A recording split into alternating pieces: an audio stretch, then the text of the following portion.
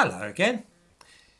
One of the things which I've noticed lately is that the expression Islamist seems to be used interchangeably with Islamic, as in Islamist terrorist, Islamic terrorism. This is unfortunate. Indeed, the only context in which one really hears of Islamism at all is when people are talking about extremism or terrorism. All that Islamism really means is a lack of separation between the civil state and religious law, between man's law and God's law. We have the remainder of such a situation in Britain and America, of course, where Sunday is still a special day. In Britain, shops were, within living memory, all closed on Sundays. The civil law was thus dictated by Scripture.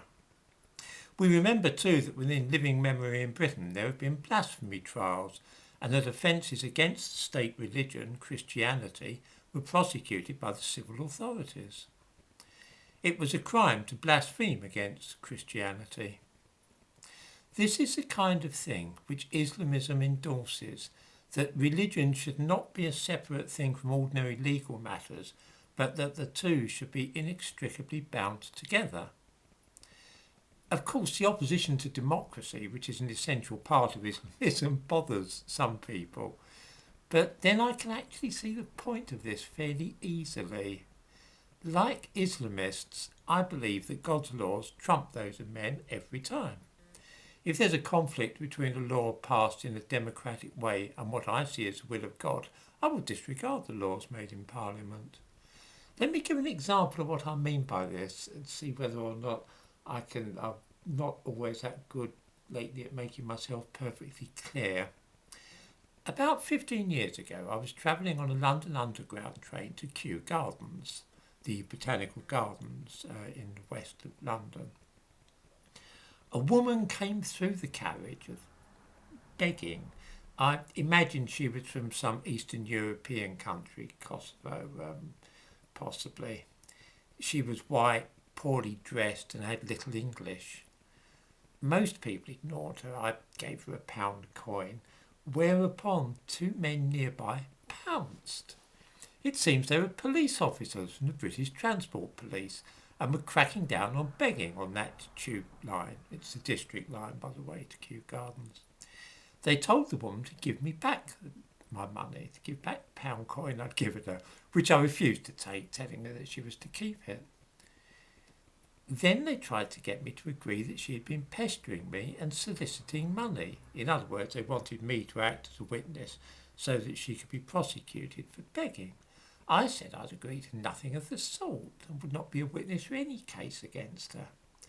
It was at this point that things became surreal, because one of the officers told me that if I would not give evidence against her, then I would be charged myself with an offence.